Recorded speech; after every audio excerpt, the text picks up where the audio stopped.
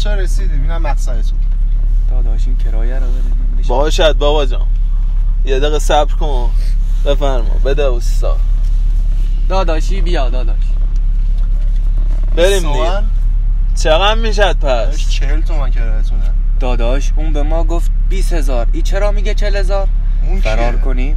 فرار چی ببم جان؟ این مگر نان نمیخورد؟ مگر زن و بچه ندارد؟ مگر ما باید پول مردم را بخوریم؟ آخه میگه 40000.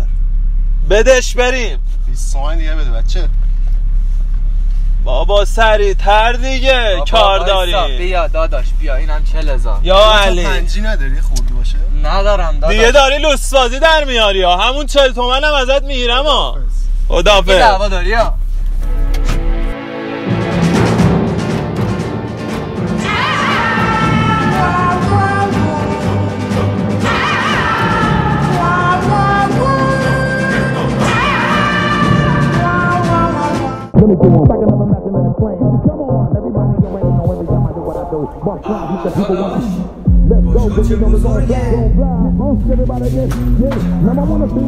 مهتان داداش خوراک گیستن سرانی هم گیستن داره بیاری اینجا.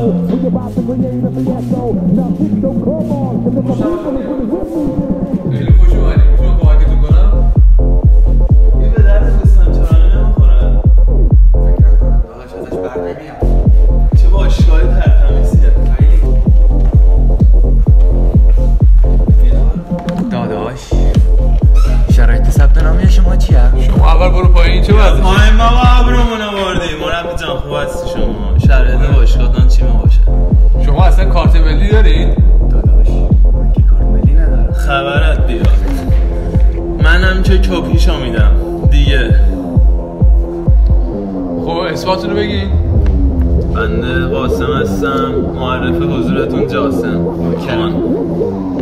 بچه های دل فرم ثبت نامی شما. یواش باز من پرد نکن بابا.